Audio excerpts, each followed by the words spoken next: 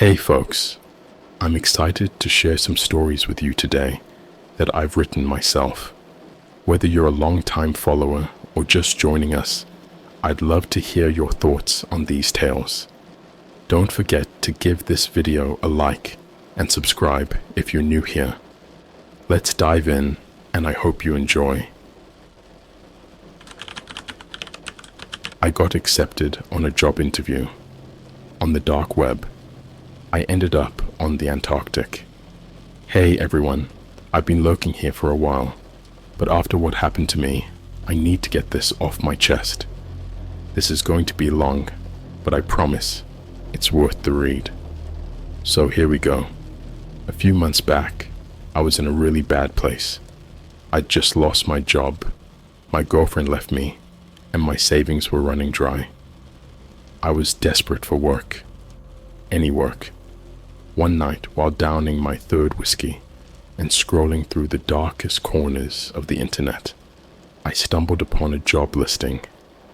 It was on a forum that was infamous for shady dealings, but I was too desperate to care.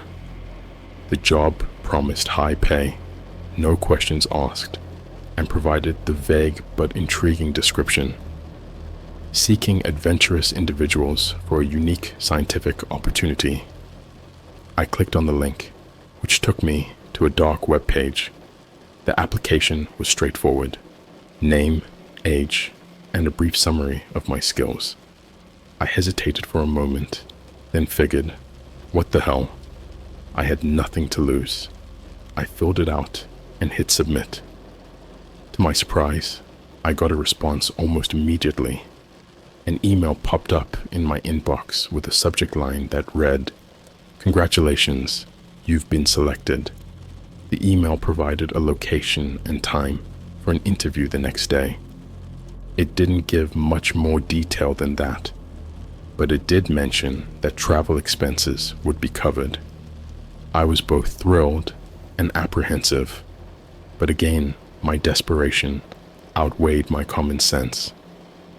The next day, I found myself standing outside a nondescript building in the middle of downtown.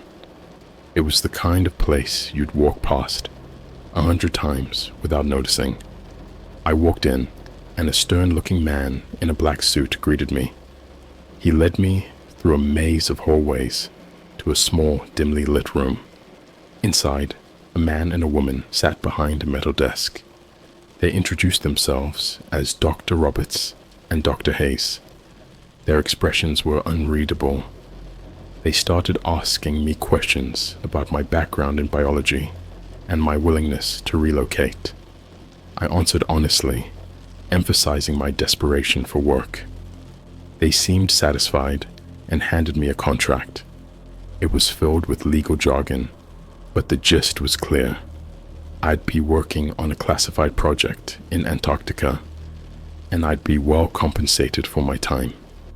I signed it without a second thought. Within a week, I was on a plane to the southernmost continent. The journey was long and arduous, but the promise of a high-paying job kept me going. When I finally arrived, I was greeted by a harsh, icy landscape and a team of scientists who looked just as weary and desperate as I felt. We were escorted to a remote facility buried under the ice. It was stark and cold, both in temperature and atmosphere.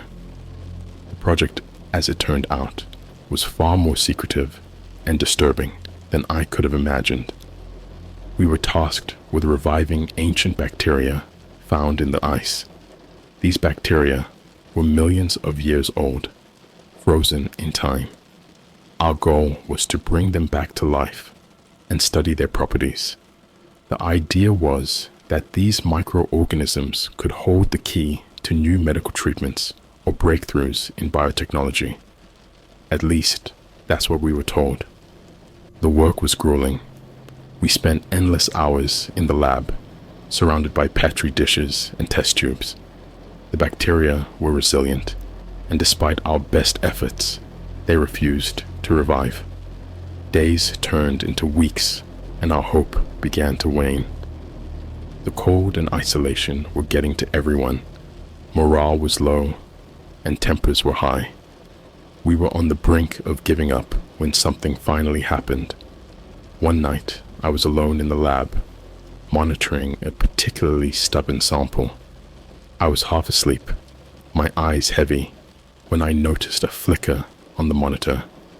The bacteria were moving. I rubbed my eyes, convinced I was hallucinating, but the movement persisted. I called Dr. Roberts, who rushed in with a look of disbelief. We'd done it. We'd brought the bacteria back to life. Our excitement was short-lived. As we observed the bacteria, we noticed they were behaving strangely. They were growing at an alarming rate, consuming the nutrients in the petri dish faster than any microorganism I'd ever seen. We tried to contain them, but it was like trying to hold back a flood with a paper towel. The bacteria quickly outgrew their containers and began spreading throughout the lab. Panic set in. We initiated containment protocols, but it was too late. The bacteria had breached the lab and were infiltrating the facility's ventilation system. We were evacuated to a secure room while the higher-ups decided what to do. We were trapped, helpless, as the facility was slowly overtaken by the ravenous microorganisms. The next few days were a blur of fear and confusion. Communication with the outside world was cut off, and we were left in the dark, both literally and figuratively. The power went out, plunging us into darkness. We could hear the bacteria, a constant, unsettling hum, as they consumed everything in their path. Just when we thought it couldn't get worse, the bacteria started to evolve. They began merging, forming larger, more complex organisms. These creatures were like nothing I had ever seen. They were grotesque, with malformed limbs and gaping mouths. They moved with a horrifying speed and intelligence, hunting us down one by one.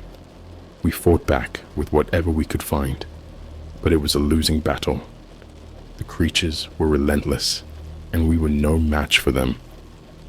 One by one, my colleagues fell.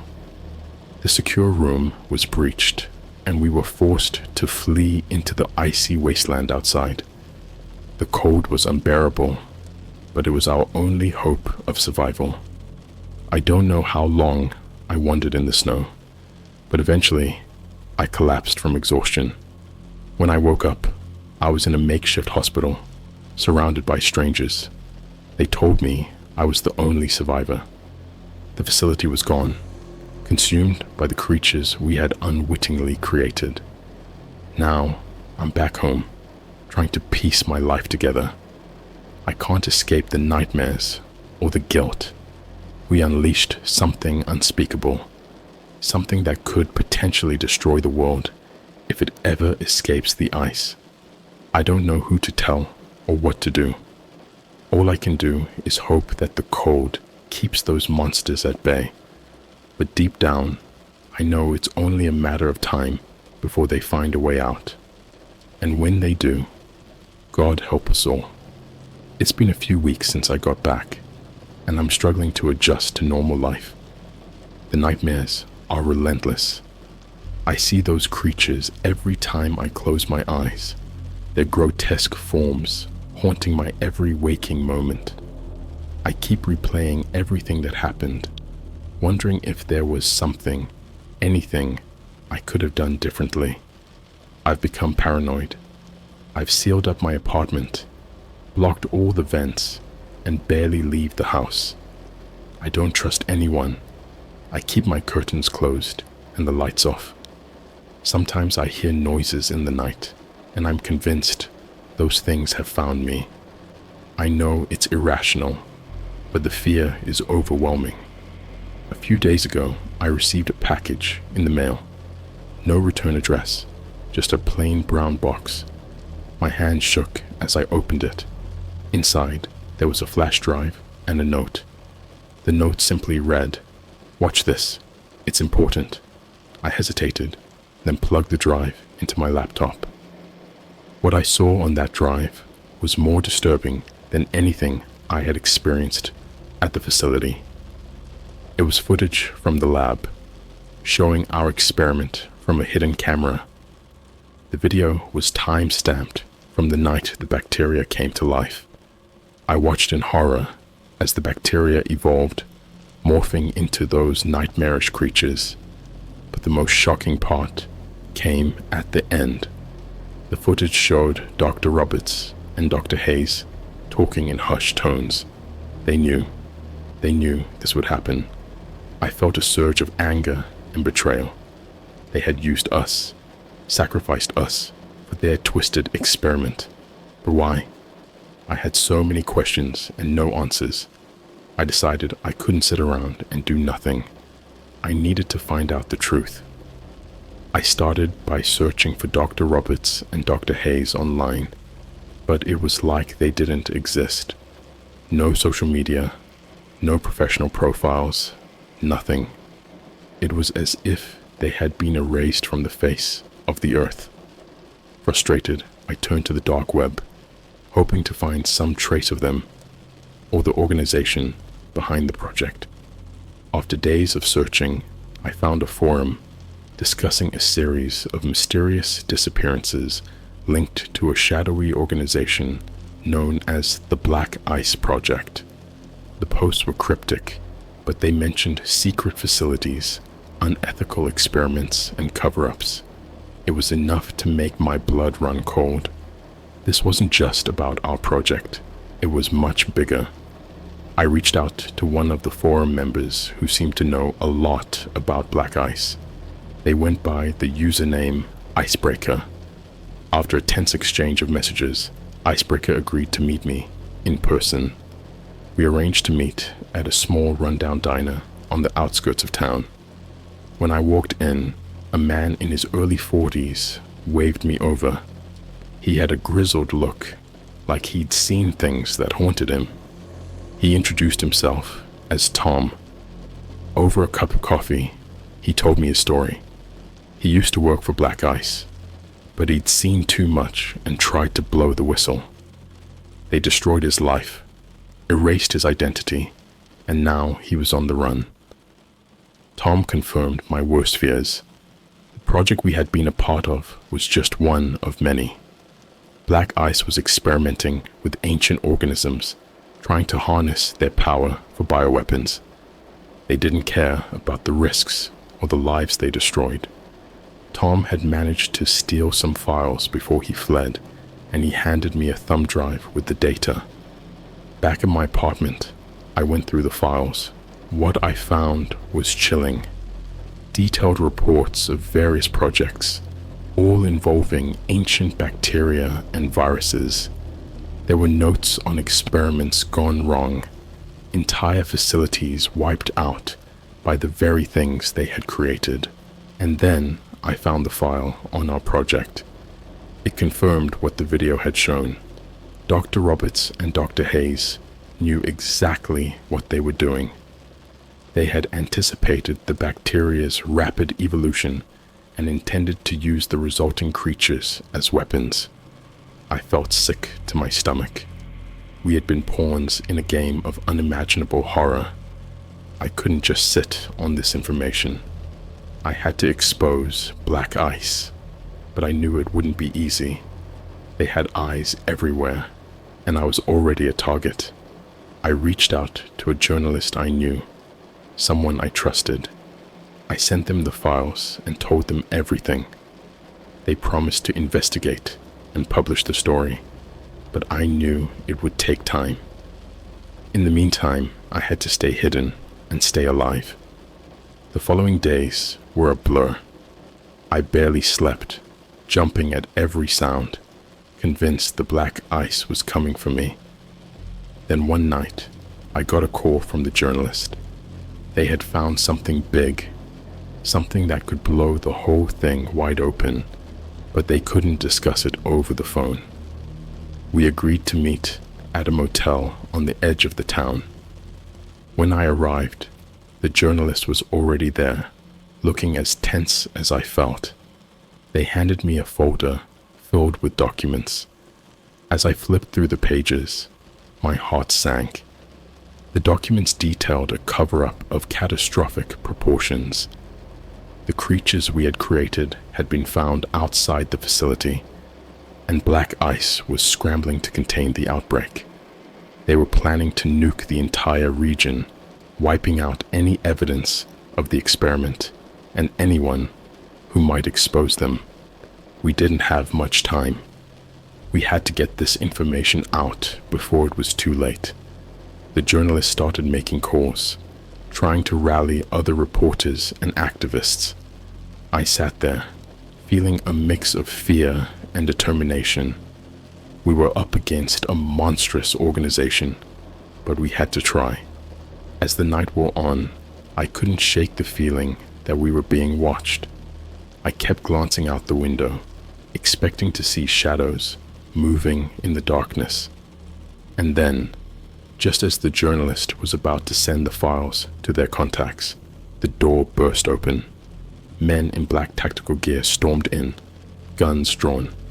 They moved with military precision, and before I could react, they had us both on the ground, hands zip-tied behind our backs. They took the folder, the laptop, everything. As they dragged us out of the room, I caught a glimpse of the journalist's face. The look of terror and betrayal mirrored my own. They threw us into a van and drove for what felt like hours. When we finally stopped, they pulled us out into the freezing night air. I looked around and realized we were back in the Antarctic. They had brought us back to the very place where this nightmare had started. We were taken to a new facility, one even more fortified than the last. They separated us, and I was thrown into a small windowless cell. I don't know how long I've been here. Days, weeks, maybe longer. The only thing that keeps me sane is the hope that somehow the journalists got the word out before we were captured. If anyone is reading this, please, you have to believe me. Black ice is real, and they are playing with forces beyond their control. The creatures we created are out there, and it's only a matter of time before they break free. We're all in danger, and the truth needs to be told before it's too late. I don't know how much time I have left. They come for me every now and then, take me to a lab and run tests. They say they're trying to figure out why I survived. I think they're planning something even more horrific than before. Please, if you find this, do whatever it takes to stop them. The fate of the world depends on it. The days in the cell began to blur together, a haze of fear and uncertainty. Each time they dragged me to the lab, I braced myself for the worst. The scientists, new ones, cold and detached, poked and prodded, drawing blood, taking samples, and asking endless questions about my time in the initial facility. They wanted to know every detail, every memory, every fear. One day, they didn't take me to the lab. Instead, they brought me to a small, sterile office where Dr. Roberts and Dr. Hayes were waiting. My blood ran cold at the sight of them. They looked different now, more haggard, but their eyes still held that same unsettling gleam of cold determination. "Hello," Dr. Roberts said, his voice smooth and calm. "We've missed you." I didn't respond. My mind was racing, trying to figure out why they were here. What more could they want from me? Dr. Hayes leaned forward, her expression almost sympathetic. "We know this has been difficult for you, but you must understand what we're doing here is important. The survival of our species depends on it." "Survival?" I spat, unable to contain my anger. "You're creating monsters. You're risking everything for what? Power?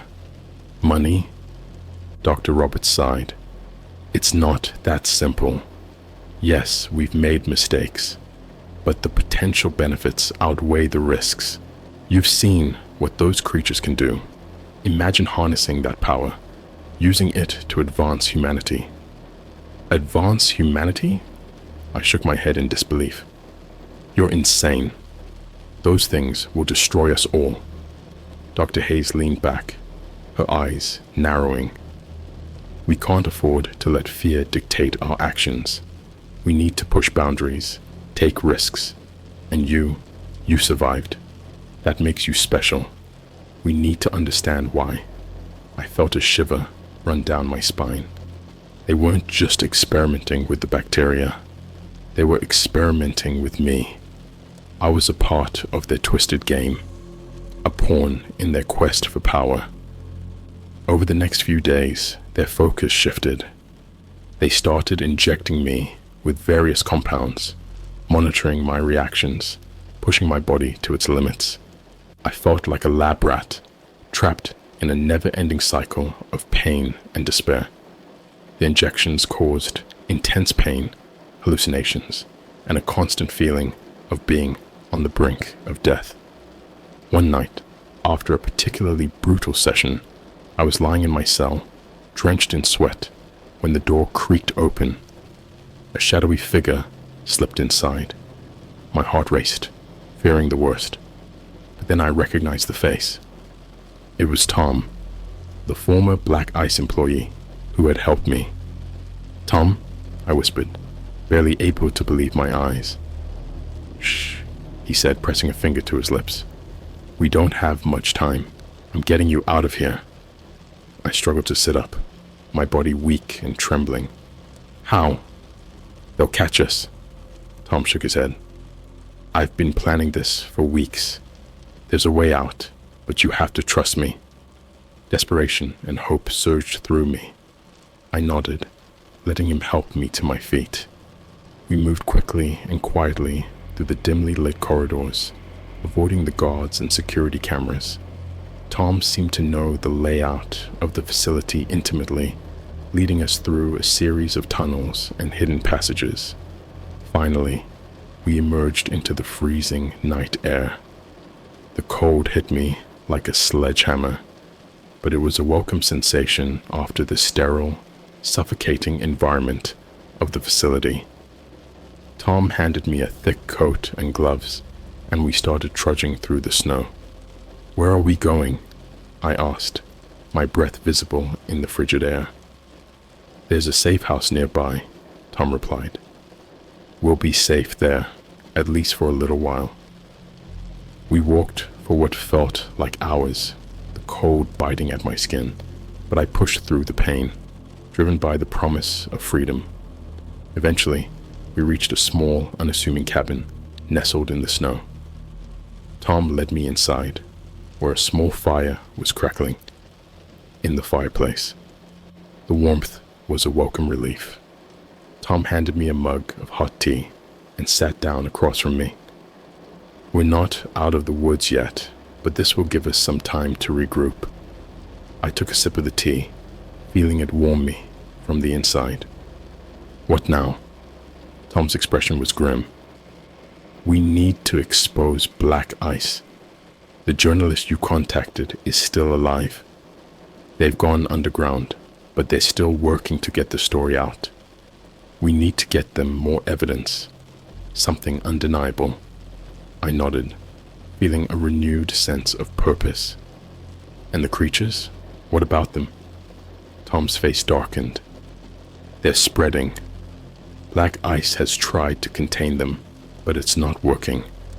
We need to find a way to stop them before it's too late." The next few days were a whirlwind of planning and preparation. Tom had contacts within the scientific community, people who could help us gather the evidence we needed. We managed to intercept some of Black Ice's communications, learning more about their operations and the spread of the creatures. One night, as we were poring over the intercepted messages, Tom's face went pale.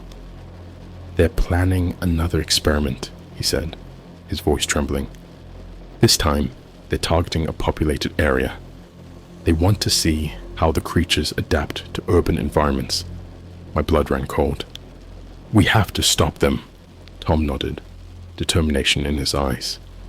We will, but we need to be smart about it. We need to get the word out, rally support, and hit them where it hurts. We spent the next few days contacting every journalist, scientist, and activist we could find. Slowly, a network began to form. A coalition of people willing to stand up against black ice. The journalist I had contacted earlier resurfaced, bringing with them a team of reporters and researchers. As we gathered more evidence and testimonies, the story began to take shape. We documented everything, the experiments, the creatures, the cover-ups. It was a race against time, knowing that black ice was always one step ahead, but we pressed on, driven by the need to expose the truth. Then one night, as we were finalizing our plans, the power went out.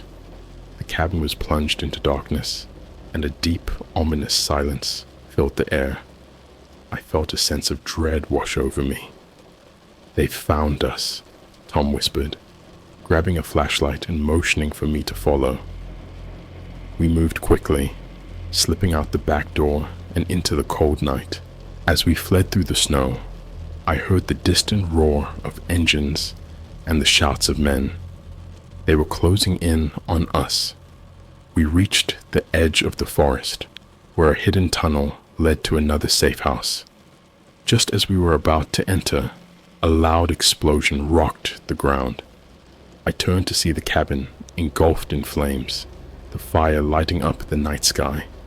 Tom pulled me into the tunnel, and we ran, the sound of our pursuers growing fainter with each step. We emerged into another small hidden shelter, breathless and shaken. "We can't keep running," I said, my voice filled with determination. "We have to end this once and for all." Tom nodded, his eyes filled with resolve. "We will, but we need help, and we need to act fast." With renewed purpose, we set to work, rallying our network and preparing for the final showdown. The fate of the world hung in the balance, and we were determined to stop black ice and their monstrous creations before it was too late. The days blurred together as we planned our next move. We knew that black ice was relentless, and that the creatures we had unleashed were growing stronger and more intelligent. The safe house became our war room, filled with maps, documents, and hastily scrawled notes. We were racing against time, and the stakes couldn't be higher. We decided to take the fight directly to black ice. Our goal was to infiltrate their main facility, gather concrete evidence of their experiments, and destroy their research to prevent further catastrophe. It was a suicide mission, but we had no choice. The creatures were spreading, and the world needed to know the truth. Tom had contacts who provided us with the location of the main black ice facility, a heavily guarded compound deep within the Antarctic. It was surrounded by layers of security, both physical and digital. We would need to bypass all of it to get inside. We spent days gathering supplies, assembling a small team of trusted allies, and preparing for the journey. Our team consisted of Tom, the journalist, a former military operative named Sarah, and a tech expert named Leo. Each of us had a specific role to play, and we knew that failure was not an option. The night before our departure, we gathered around the fireplace, the flames casting flickering shadows on the walls. We reviewed our plan one last time, each of us silently acknowledging the danger we faced. "We have to stay focused," Tom said, his voice steady. "Stick to the plan, watch each other's backs, and we might just pull this off." Early the next morning, we set out on snowmobiles, making our way across the frozen wasteland toward the black ice facility. The journey was grueling, the biting cold and relentless wind sapping our strength. But we pressed on, driven by the knowledge that the fate of humanity rested on our shoulders. As we neared the facility, we ditched the snowmobiles and continued on foot, using the cover of the blizzard to mask our approach. Leo hacked into the facility's security system, disabling cameras and alarms. We moved swiftly and silently, making our way to a hidden entrance used by maintenance crews. Inside, the facility was a labyrinth of corridors and labs, the air thick with the hum of machinery and the distant murmurs of scientists at work. We split into two teams.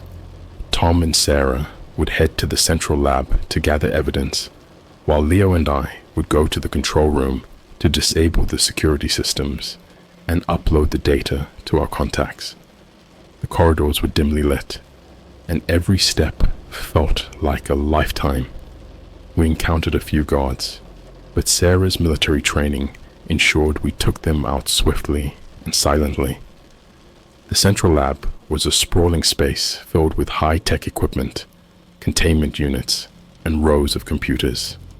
Tom and Sarah got to work, downloading files and taking photos of the experiments. The sight of the creatures, now fully grown and even more monstrous than before, filled me with a mix of fear and rage. We had to stop this, no matter the cost. Meanwhile, Leo and I made our way to the control room. Leo's fingers flew across the keyboard as he bypassed the security protocols. I kept watch, my heart pounding with every second that ticked by. "Almost there," Leo whispered, sweat beading on his forehead. Just as he finished uploading the data, the facility's alarms blared to life. We'd been discovered. We had to move, fast. "Let's go," I shouted, grabbing Leo and racing back toward the central lab. Tom and Sarah were already on their way out, carrying the evidence we'd collected. The facility was in chaos, guards and scientists scrambling in every direction. We fought our way through, dodging bullets and returning fire when necessary. As we reached the exit, a deafening roar echoed through the corridors. One of the creatures had broken free. It barreled toward us, its massive, misshapen body tearing through walls and doors. We ran for our lives, the ground shaking beneath our feet. We burst out into the icy night, the cold air a harsh contrast to the heat of the battle. Our snowmobiles were waiting, and we jumped on, racing away from the facility. Behind us, explosions rocked the compound as the creatures rampaged, destroying everything in their path. We didn't stop until we were miles away, finally collapsing in exhaustion at another hidden safe house. We had the evidence, but the cost had been high. The creatures were out, and black ice would stop at nothing to cover their tracks. The next few days were a blur of recovery and strategizing. We sent the evidence to every major news outlet and government agency we could think of. The world needed to know what was happening, and we needed to stop black ice once and for all. One morning, as we were planning our next move, the journalists burst into the room, a triumphant smile on their face. "It's out," they said. "The story's everywhere. People are finally waking up to the truth." Relief washed over me, but it was tempered by the knowledge that the fight was far from over. The creatures were still out there, and black ice was still a threat. We decided to go public, holding a press conference to share our story and call for action. The world needed to unite against this threat, and we needed all the help we could get. The press conference was held in a secure location, with journalists from all over the world in attendance. As I stepped up to the podium, I took a deep breath, ready to tell our story and rally the world to our cause. But just as I began to speak, a series of explosions rocked the building. Chaos erupted as debris rained down and people screamed. Black ice had found us again. We were thrown into a brutal fight for survival, the air thick with smoke and the sounds of battle. Our team fought bravely, but we were outnumbered and outgunned. One by one, we fell until only Tom and I were left. With no other options, we made a desperate dash for the exit, fighting our way through the debris and chaos. We managed to escape into the night, but our team was gone and the world was still in peril. As we fled into the darkness, I vowed that we would continue the fight, no matter the cost. The creatures were still out there, and black ice needed to be stopped. Our journey was far from over, and the fate of humanity rested in our hands. Tom and I barely escaped with our lives.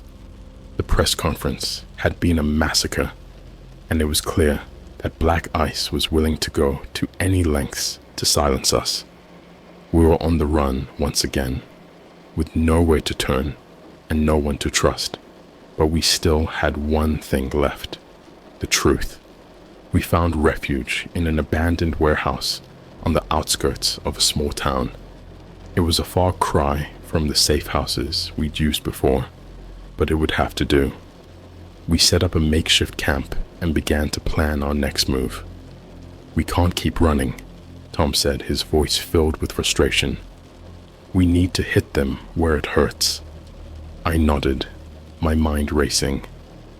"We need to find their main base of operations. If we can take that down, we can cripple their entire organization."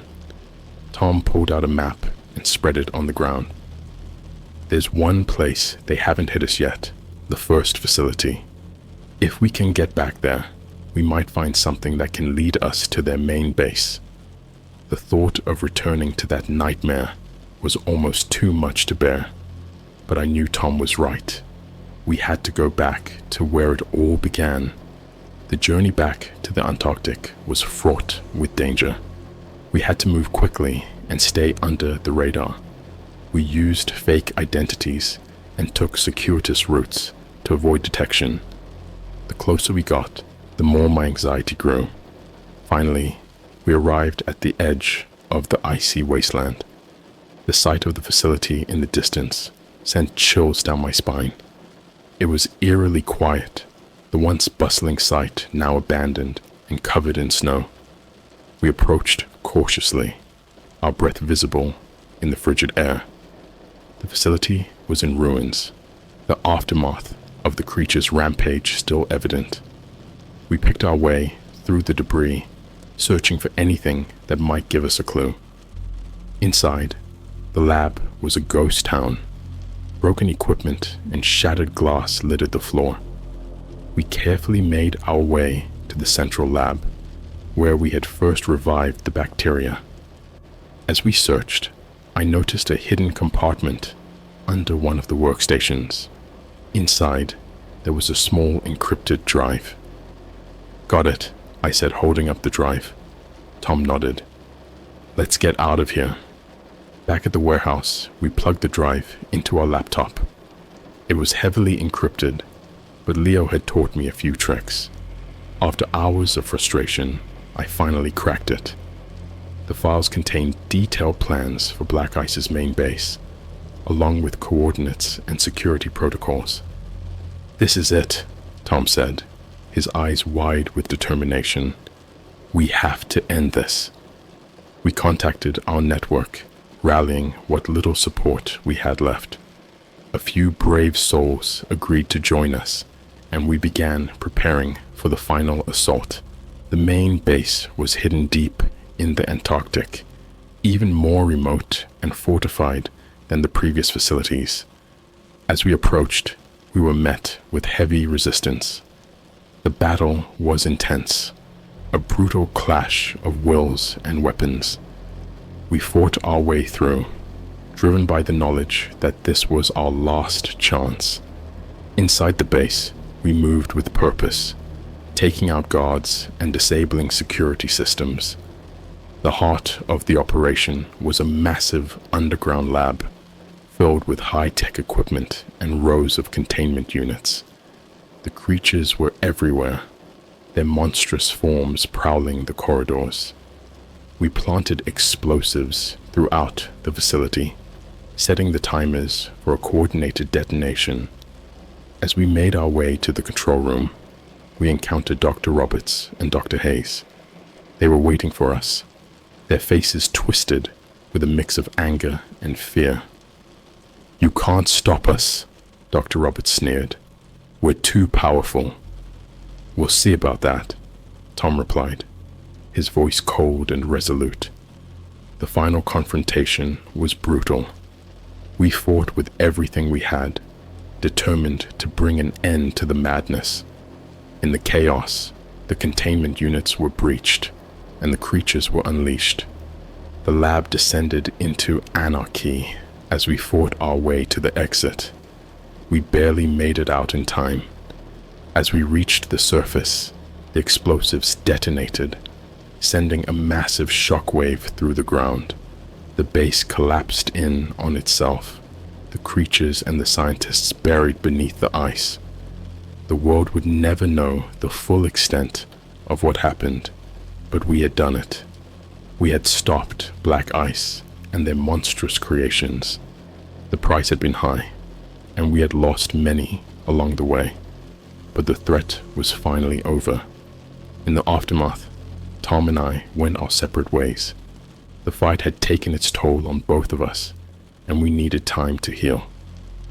I moved to a small, quiet town, far away from the chaos. I tried to rebuild my life, but the memories of what we had done and the horrors we had faced would never truly fade. Every now and then, I still have nightmares. I see the creatures, feel the cold, hear the screams, but I remind myself that we did what we had to do. We stopped a catastrophe and saved countless lives. If you're reading this, remember that the truth is worth fighting for. There are dark forces in this world, but there are also those willing to stand up and fight. Never forget that.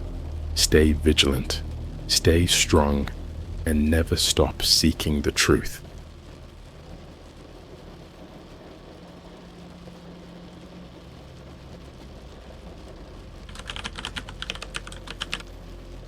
Hey, Reddit. I need to get this off my chest because I'm honestly freaking out. It all started with a stupid idea I had for my best friend's birthday. He's always been into weird and creepy stuff, and I thought it would be hilarious to hire a clown from the dark web. I know, it sounds insane, but we were always trying to outdo each other with the craziest pranks. My friend Matt was turning 30, and I wanted to make it memorable. We live in a small town where nothing much happens, so finding something truly shocking was a challenge. I'd read a few posts online about hiring bizarre performers from the dark web for pranks and thought it was perfect. I found a site that offered all kinds of entertainment options, and one of them was a clown called Mr. Giggles. The reviews were all over the place. Some people said it was the best prank ever, while others mentioned weird stuff happening after the clown left. I figured the bad reviews were just part of the act to make it seem more intense. After some back and forth emails with the site admin, I booked Mr. Giggles for Matt's birthday party. They asked for a lot of details: where the party was, how many people would be there, and even a description of Matt. I thought it was strange, but I went along with it, thinking it was part of the service. The day of the party came, and everything was going great. We had a small gathering at Matt's place with a few close friends. Around 9 p.m., there was a knock on the door. I opened it, and there he was, Mr. Giggles. He was even creepier than I imagined. He wore a dirty, torn clown suit, and his face paint was smeared like he'd been sweating in it for hours. His eyes were wide and unblinking, and his smile was too big, almost like it was painted on his face permanently. "Good evening," he said in a voice that was both high-pitched and gravelly. "Are you ready for some fun?" Everyone laughed, thinking it was a joke. I introduced Mr. Giggles to the group, and he started his act. It was bizarre to say the least. He made balloon animals, but they looked twisted and wrong, like something out of a nightmare. He did magic tricks that seemed impossible, like pulling a never-ending string of razor blades from his mouth. The whole time, he kept staring at Matt with that unsettling smile. As the night went on, things got weirder. Mr. Giggles asked Matt to join him for a special trick. He handed Matt a balloon and told him to pop it. When Matt did, there was a small blood-stained note inside that read, "You're next." Everyone laughed nervously, but Matt looked genuinely freaked out. He asked me if I knew what was going on, but I assured him it was just part of the act. After about an hour, Mr. Giggles announced he had to leave. He handed Matt a small wrapped gift and whispered something in his ear. Matt went pale, but before I could ask what happened, the clown was gone. We opened the gift together, and inside was a small old-fashioned music box. When we wound it up, it played a haunting tune that none of us recognized. There was a note inside that read, "Until next time." We all thought it was a creepy but harmless prank, and the party continued. But the next day, things took a turn for the worse. Matt called me early in the morning, sounding panicked. He said his neighbor, Mrs. Jenkins, had disappeared. Her front door was wide open, and there were strange clown footprints leading away from her house. I thought he was messing with me, but when I went over to his place, I saw it for myself. The footprints were large and unmistakable, like someone wearing oversized clown shoes had walked through wet mud and into the house. The police were called, and they started an investigation, but they didn't find much. The whole town was on edge, and rumors started spreading about the creepy clown at Matt's party. Over the next few days, more people went missing. A kid from down the street, the guy who worked at the gas station, even the local librarian. Each disappearance was marked by those same muddy clown footprints. I couldn't shake the feeling that it was all connected to Mr. Giggles. I tried reaching out to the site where I booked him, but it was gone. No trace of it anywhere. Matt was a wreck, blaming himself for inviting the clown into our lives. He told me about the whisper. Mr. Giggles had said, "Enjoy your gift, Matt. It's just the beginning." The whole town was in a state of panic. Curfews were set, and people started locking their doors and windows. But it didn't stop the disappearances. I kept replaying everything in my head, trying to figure out what I'd unleashed. The music box sat in Matt's living room, and every time it played its eerie tune, more people vanished. It felt like we were living in a nightmare that wouldn't end. The town was in a frenzy. People were terrified to leave their homes, and the police were no closer to finding out who or what was behind the disappearances. Every time someone went missing, those clown footprints would appear, leading away from the scene and disappearing into thin air. Matt and I became obsessed with finding out the truth. We spent hours researching the dark web, trying to find any information about Mr. Giggles or the site I used to hire him, but it was like it never existed. The more we searched, the more it felt like we were being watched. It was an eerie feeling, like someone or something was always just out of sight, lurking in the shadows. One night while we were deep in our research, Matt found a forum post about a similar incident. A user claimed that they had hired a clown from the dark web for a prank, and shortly after, people started disappearing. The post was filled with frantic messages from the original poster, detailing how the clown seemed to be following them, leaving the same muddy footprints. The thread ended abruptly with a final message. I can hear him outside. If anyone reads this, don't hire the clown. He's coming for me. The post was from 2 years ago, and there were no updates. It sent chills down my spine. Matt and I realized that we needed to find this clown and stop him before more people disappeared. We decided to go back to where it all started, Matt's house. We hoped that there might be some clue that we'd overlooked. When we arrived, the music box was playing again, filling the house with its haunting melody. We had tried throwing it away, smashing it, even burning it, but it always reappeared, intact, and playing that same tune. We were desperate, so we decided to open it up and see if there was anything inside that could help us. Carefully, we pried open the back of the music box. Inside, we found a tiny rolled-up piece of parchment. It was old and fragile, and as we unrolled it, we saw that it was covered in strange symbols and writing in a language neither of us recognized.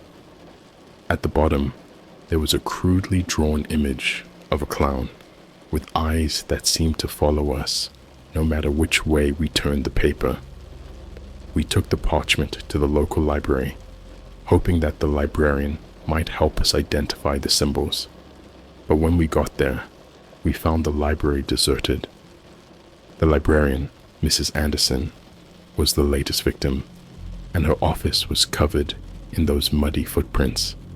We were at a dead end, and the feeling of dread was becoming unbearable. That night, Matt called me in a panic. He said he had seen Mr. Giggles standing outside his window, just staring at him with that terrifying smile. By the time I got to his place, the clown was gone, but the muddy footprints were there, leading away from the window and into the woods behind his house. We decided to follow them, hoping they might lead us to some answers. Armed with flashlights and a sense of desperation, we ventured into the woods. The footprints were easy to follow at first, but as we got deeper into the forest, they became harder to see. It felt like the darkness was closing in on us, and the sound of the music box seemed to echo through the trees, getting louder and louder. After what felt like hours, we stumbled upon an old, abandoned cabin. The footprints led right up to the door. We hesitated, knowing that whatever was inside could be dangerous, but we had come too far to turn back. With a deep breath, we pushed the door open and stepped inside. The cabin was dark and musty, filled with old furniture and cobwebs. In the center of the room, there was a table with a single candle burning on it. Next to the candle was a notebook, its pages filled with more of the strange symbols we had found in the music box. As we flipped through the pages, we found detailed accounts of other towns, other people who had hired Mr. Giggles. Each story ended the same way, with the clown appearing, the music box playing, and people disappearing. We were horrified. It was clear that this had been going on for a long time, and that Mr. Giggles was something far more sinister than just a clown. We knew we had to find a way to stop him, but we had no idea how. As we stood there, trying to make sense of everything, we heard the creak of the floorboards behind us. We turned around, and there he was, Mr. Giggles, standing in the doorway with that same unnerving smile. "Did you enjoy my little gift?" he asked, his voice dripping with malice. "I told you it was just the beginning." We backed away slowly, but he took a step forward, his eyes never leaving ours. "You see, I'm not just a clown, I'm a collector, and your town has given me so many wonderful new additions to my collection." We were frozen with fear, unsure of what to do. Mr. Giggles raised a hand, and the music box in Matt's living room started playing again, even though we were miles away. The tune grew louder and more distorted, filling the cabin with its eerie sound. "You can't stop me," he said, his smile widening. "You invited me in, and now I'm part of your world." With that, he disappeared, leaving us standing there in the dark cabin, the sound of the music box echoing in our ears. We knew we had to find a way to stop him, but we had no idea where to start. The only thing we knew for sure was that we were running out of time, and more people were in danger. We left the cabin with a sense of urgency and dread, knowing we needed to figure out how to stop Mr. Giggles before more people vanished. The forest seemed to close in on us as we hurried back to Matt's house, the music box's haunting tune still echoing in our minds. Back at Matt's place, we spread out the notebook we'd found in the cabin. The symbols and stories within it were our only clues. We needed to decipher them, and fast. Matt suggested we try reaching out to an expert, someone who might understand the symbols.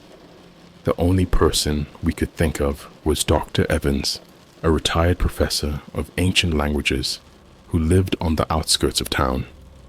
Dr. Evans was initially skeptical when we showed up at his door with the strange notebook, but as he flipped through the pages, his expression grew serious.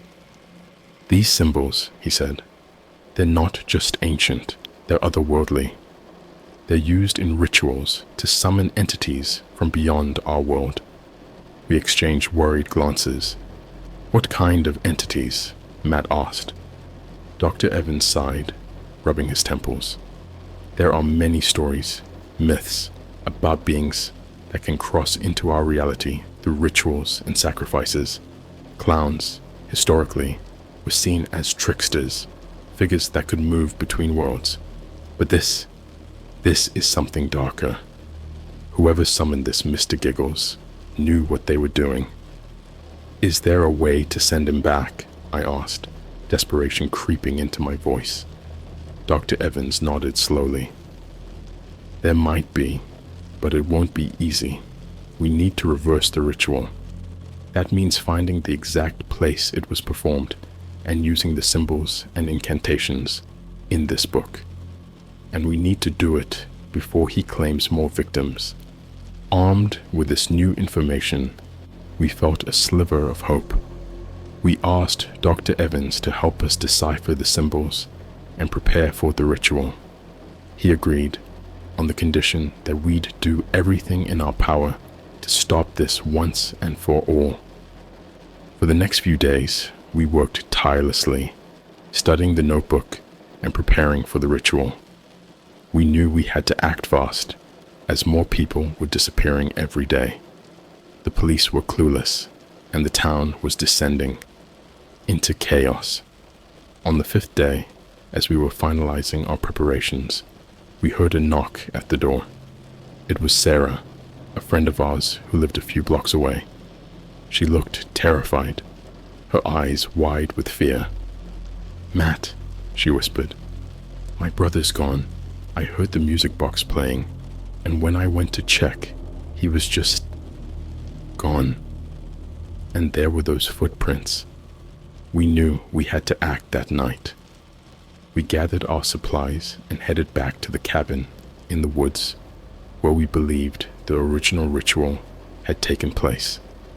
The forest was eerily silent as we approached the cabin, the only sound being the crunch of leaves under our feet and the distant echo of the music box's tune.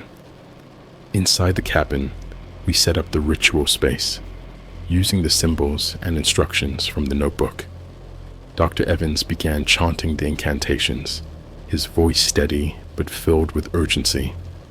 Matt and I followed his lead, repeating the words and focusing on the symbols. As we chanted, the air in the cabin grew thick and oppressive. The temperature dropped, and we could see our breath in the air.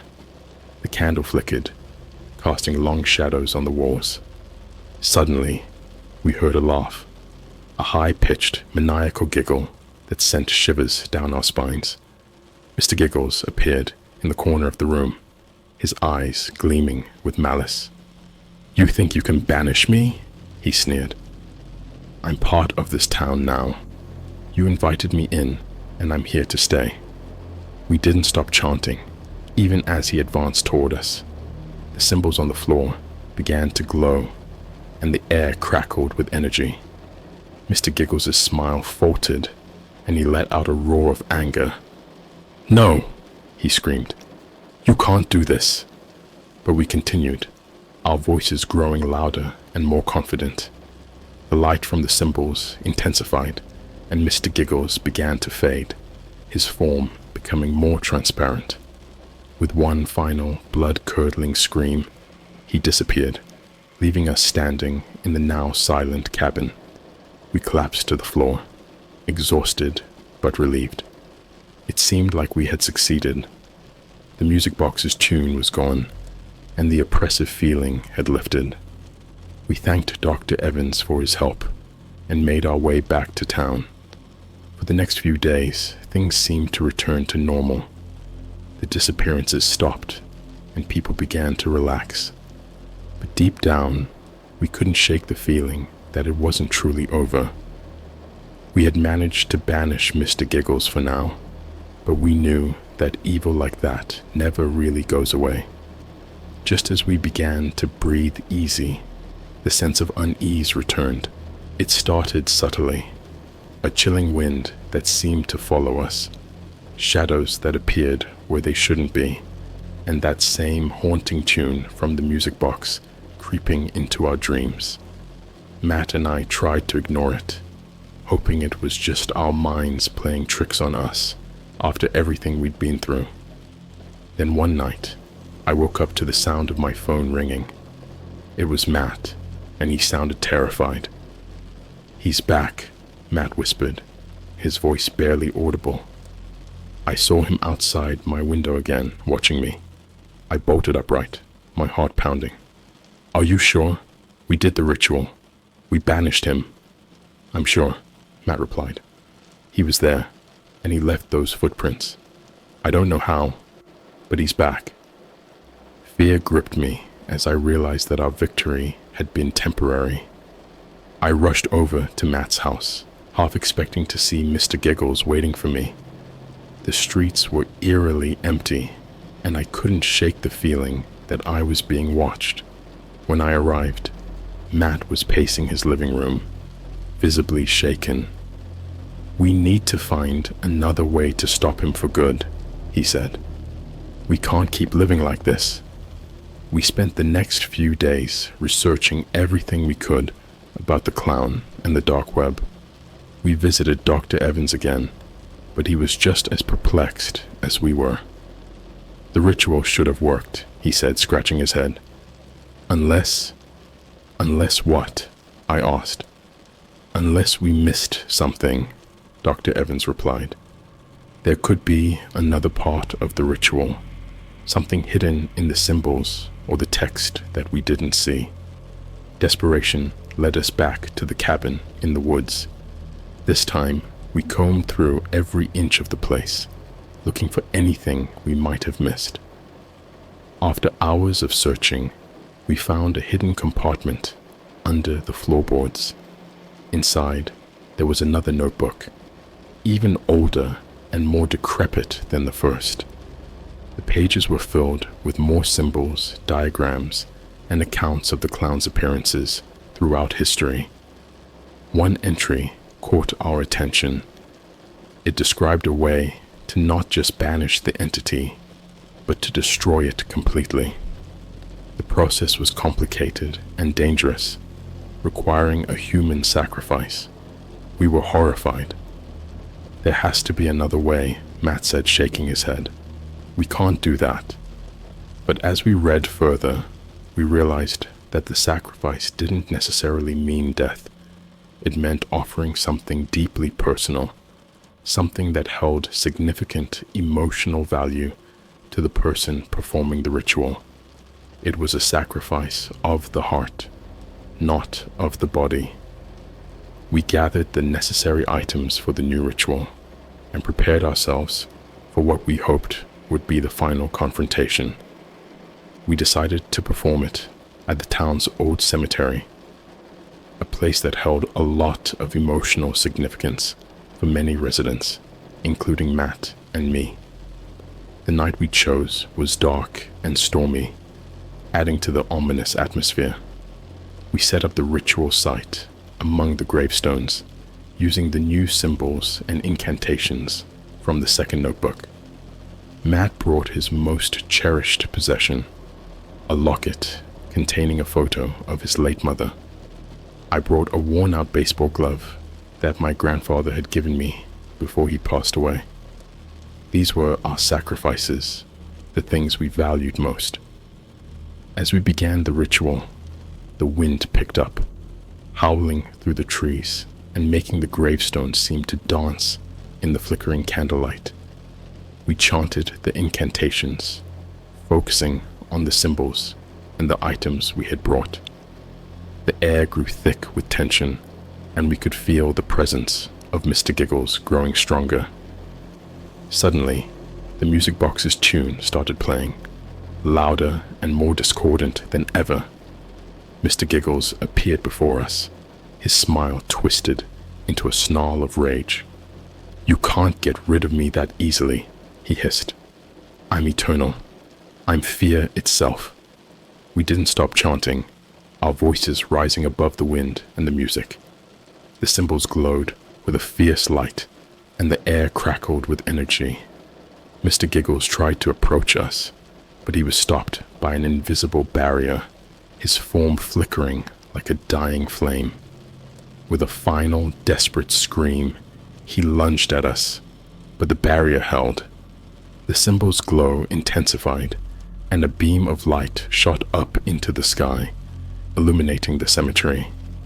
Mr. Giggles let out one last agonized wail before he was consumed by the light, his form disintegrating into nothingness. When the light faded, the music box was silent, and the oppressive feeling was gone. We collapsed to the ground, exhausted but relieved. We had done it. We had destroyed Mr. Giggles for good. For the first time in weeks, we felt a sense of peace. The disappearances stopped, and the town began to heal. People started to venture out of their homes, slowly rebuilding their lives. But deep down, Matt and I knew we would never forget what had happened. We had faced something truly evil and survived. We had sacrificed a part of ourselves to save our town, and that kind of experience changes you. We decided to keep the notebooks just in case. They were a reminder of what we had faced and a warning to anyone who might be tempted to summon Mr. Giggles again. We hid them in a safe place, hoping they would never be needed. Life in our small town slowly returned to normal. People who had hidden away began to reappear, tentatively stepping back into the sunlight. The disappearances ceased entirely, and the mysterious clown footprints vanished from the streets. It seemed we had finally rid ourselves of the nightmare that had plagued us. Matt and I tried to move on with our lives. We went back to our jobs, our routines, but the events of those harrowing weeks left an indelible mark on us. We often found ourselves drawn to the cemetery, visiting the spot where we had destroyed Mr. Giggles. It became a place of reflection, a reminder of the darkness we had faced and the sacrifices we had made. One evening, a few months after the final ritual, I was sitting in my living room when my phone buzzed. It was a message from Matt. "Can you come over? Something's wrong." My heart sank as I grabbed my coat and headed out the door. When I arrived at Matt's house, he was waiting for me on the porch, looking more anxious than I'd ever seen him. Without a word, he led me inside and pointed to the coffee table. There, sitting innocuously, was the music box. "I don't know how it got here," Matt whispered, his voice trembling. "I threw it away, destroyed it, but it's back, and it's playing that tune again." A chill ran down my spine as I listened to the faint, haunting melody. It was impossible. Mr. Giggles was gone. We had seen to that. But the presence of the music box suggested otherwise. We stared at it, both of us too afraid to touch it. "I think we missed something," Matt said finally. Maybe he wasn't completely destroyed. Maybe a part of him lingered, tied to this music box. We knew we couldn't ignore it. We had to find a way to finish what we started, to ensure Mr. Giggles was gone for good. We decided to visit Dr. Evans once more, hoping he could provide some insight. Dr. Evans was surprised to see us again, but quickly grew serious when we explained the situation. He examined the music box, muttering to himself as he studied it. "This is a powerful artifact," he said. "It's more than just a summoning tool. It's a tether. As long as it exists, so does Mr. Giggles." "Can we destroy it?" I asked, my voice barely above a whisper. "It won't be easy," Dr. Evans replied, "but it's possible. We need to break the tether completely, severing any connection it has to this world." He explained that we needed to perform one final ritual, more intense and dangerous than the last. It required a place of great significance, somewhere deeply connected to the town's history. We chose the abandoned church on the outskirts of the town, a place where many significant events had taken place over the years. That night, under a moonless sky, we gathered our supplies and made our way to the old church. The building was decrepit and eerie, its stained glass windows shattered and its doors hanging off their hinges. Inside, the air was thick with dust and the remnants of forgotten prayers. We set up the ritual space in the center of the church, using the symbols and incantations from the notebooks. The music box sat in the middle, its tune echoing off the walls. Dr. Evans began the chant, his voice reverberating through the empty space. Matt and I joined in, our voices blending with his. As we chanted, the air grew colder, and the shadows around us seemed to come alive. The music box's tune became louder and more distorted, filling the church with its sinister melody. The symbols on the floor began to glow, and the ground beneath us trembled. Suddenly, the doors of the church slammed shut, and we felt a presence in the room. Mr. Giggles materialized before us, his eyes burning with rage. "You think you can get rid of me?" he snarled. "I am eternal. I am fear itself." But we didn't stop. We continued chanting, pouring all our fear, anger, and determination into the ritual. The symbols glowed brighter, and the air crackled with energy. Mr. Giggles screamed, his form flickering and distorting as the power of the ritual took hold. With a final, ear-splitting shriek, Mr. Giggles was consumed by the light, his form disintegrating into nothingness. The music box shattered, its pieces scattering across the floor. The oppressive feeling lifted, and the church fell silent. We stood there, panting and exhausted, but relieved. It was over. We had finally destroyed Mr. Giggles, severing his connection to our world. We gathered the pieces of the music box and buried them deep in the forest, ensuring that they would never be found again. Life slowly returned to normal, But Matt and I knew we would never be the same. The experience had changed us, leaving us with scars that would never fully heal. But we took comfort in knowing that we had saved our town, protecting it from the darkness that had nearly consumed it. We continued to visit the cemetery and the old church, places that had become symbols of our struggle and our victory. And though the memory of Mr. Giggles would always haunt us, we knew we had faced the darkness and emerged stronger. Our town was safe, and for that, we were grateful.